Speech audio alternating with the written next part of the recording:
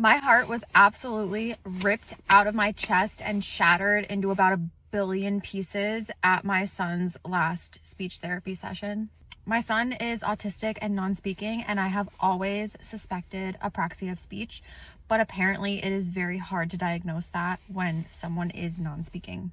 So my son has recently started to be able to mimic certain sounds that his SLP is making. Like, she'll look at him and say, mom, and he'll look at her and be able to do mom, but it takes a little bit.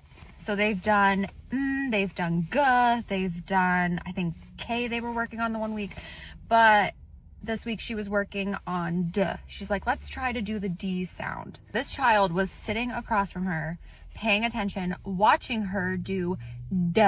She's like, watch my tongue. It goes d, d. I watched him stare at her and look at himself in the mirror she was holding and try so hard to make his mouth do what she was doing, and he couldn't. And I learned that is called groping. He was groping for the sound, and he was physically unable to make his mouth do that.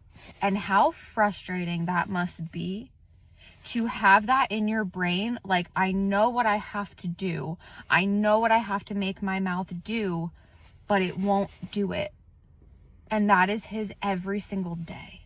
And watching that struggle is just so, it breaks me apart as his mom. It totally shredded me to pieces.